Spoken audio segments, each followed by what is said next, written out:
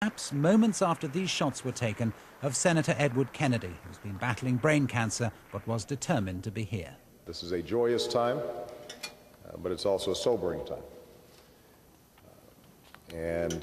My prayers are with him and his family and Vicky.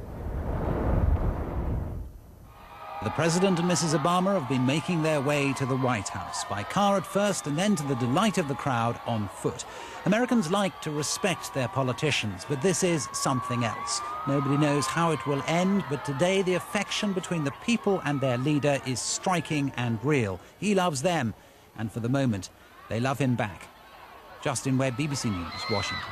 So, judging by Barack Obama's own words today, what can the world and the United States expect from their new president? A short time ago, I discussed that with the BBC's Washington correspondent Katty Kay and contributing analyst Ted Koppel. Let me start with you. You've seen dozens of these things, or perhaps a dozen of these things. Yeah. Was this one really one to remember? Of course. I mean, if you consider, I was just thinking, Matt, 44 years ago, I was in Selma, Alabama, covering the follow-up to what had been a devastating act of brutality on the Edmund Pettus Bridge, when some black Americans tried to launch a voter registration drive by marching to Montgomery, Alabama. A few days later, Martin Luther King led another march from the Edmund Pettus Bridge, over the bridge. And as we were leaving town, I was down there with them, the local merchants were blaring loudspeakers with the song Bye Bye Blackbird. That's how much contempt there was in those days for what was going on, simply so that people could register to vote. And here we are. I mean, forgive me if I get a little bit intense about it, because this is the arc of my professional life. I was a young reporter back then in Selma, now here to see an African American inaugurated as President of the United States. I don't know if he's going to be a good president, bad president, but he is the president now. Interesting, though, he didn't labor that particular point, did he? Not at all. Quite the contrary. You and I were out in Denver together at the Democratic Convention, and there was a prayer breakfast. And the Reverend Lowry, who spoke so eloquently today, and Congressman Lewis, who was beaten up at that march, they were there, and they expected Barack Obama to be there because it was the 40th anniversary of the I Have a Dream speech. He didn't show up. And I think the reason he didn't show up is, at that point, with the general election still ahead of him, he didn't want to be perceived as the black candidate. Katty, this is a president who is known for his soaring oratory. But the tone that he set in his speech today was perhaps less soaring, was it not, than previous speeches, but at the same time extremely poignant.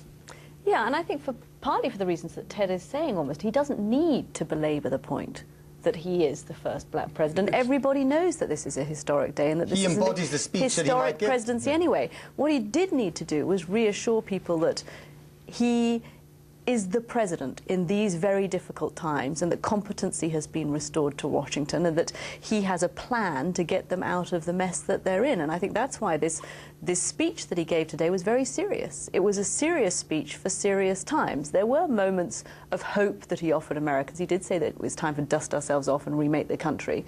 But I think it was also a speech that tried to appeal specifically not just to black Americans, but to all Americans. He was really trying to say, I am the president for all of you. Let's get rid of the ideologies of left and right that perhaps don't seem so relevant anymore. Let's move to an era of pragmatism where we can all work together to try and fix the problems that we have. Because on one hand, he's a symbol to many, he's an icon to many of his supporters, but he also has to actually run this country. And the practicality of that came home and hit him and all of us right over the head when the market closed this afternoon and the Dow was down 330 points.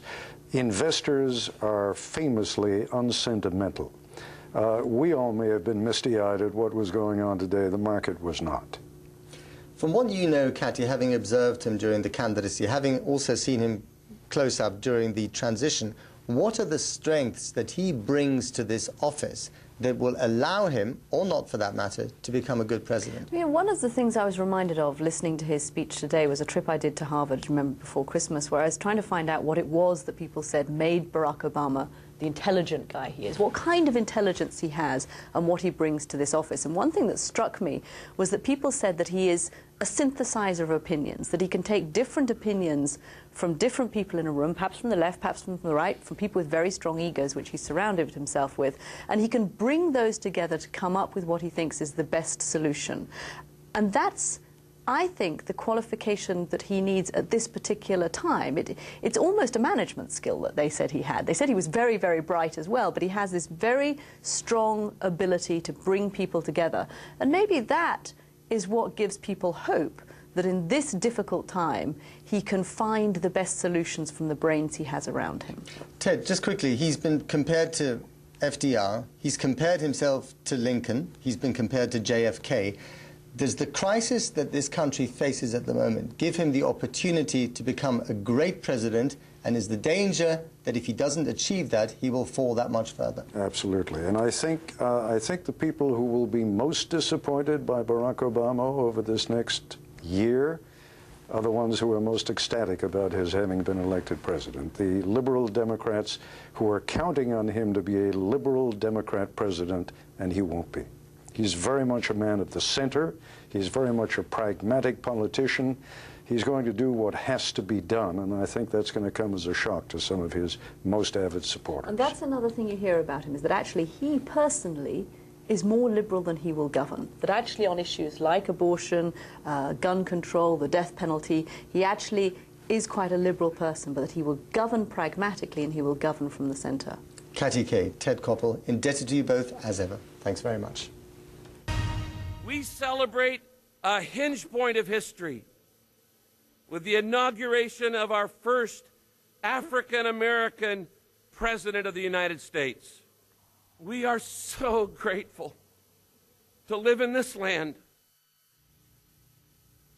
Welcome back to this special Inauguration Day edition of BBC World News America. I'm Matt Fry, and those were the words of Pastor Rick Warren, who delivered today's opening prayer.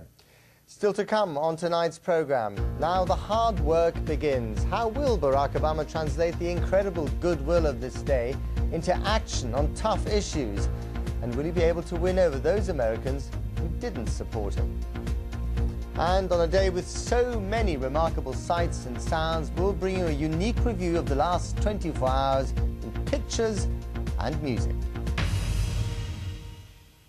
Well, the music and the dancing are in plenty supply tonight at the number of inaugural balls happening around the city, 10 altogether. A bit earlier we heard from Kim Gattas at the city's convention centre, which is sort of ball central tonight, and we can check it back again with her now. Kim, you've been there forever and ever, and of course they've got another 4.5 hours, I think, of dancing to go through. That means they'll go to bed at 2:30, call it 3 in the morning. Doesn't that man have a job to go to? Well, he does indeed, but tonight is the night to celebrate, and after a very long day out in the cold, a very historic day, it is going to be a very long night. The presidential couple kicked off the celebrations by going to a ball here at the convention center, the Washington Convention Center. They had their first dance to the words of the song At Last, which was sung by Beyonce as they danced on the dance floor here at the ball. And they're now at the youth ball, not very far from where I'm standing. They're at another ball, one of those 10 balls that they're attending. It is indeed going to be a very long night. And the youth ball is one of those balls that is trying to make this inauguration all-inclusive, bringing in ordinary Americans who would usually not have the opportunity to attend those glamorous affairs. But as you said, it is indeed going to be a long night. They're going to be dancing till 2:30 in the morning. They're ending the night by going to the Southern Regional Ball. And after that, yes, he'll need to get his rest, because tomorrow the challenges are there and the real work starts. And with all these different balls, Kim, what would you say is the tone that the first couple struck today in their speeches, but also in the way that they've danced? Well, I have to say, it is a moment of celebration. Everybody's very happy. It is a momentous day. But there is also something a little bit subdued about the atmosphere, because people are aware of the challenges that are ahead. They're aware that these are economic times. And they wanted to make sure, everybody, including the president himself, wanted to make sure that while there were celebration, it wasn't over the top, it wasn't too glamorous. There needed to be a reminder that these were tough economic times, and that there are big challenges ahead. Kim, fantastic. Thanks very much. Enough analysis there. I think you should enjoy yourself and don't expect to see you at your home, until about 4 in the morning, perhaps.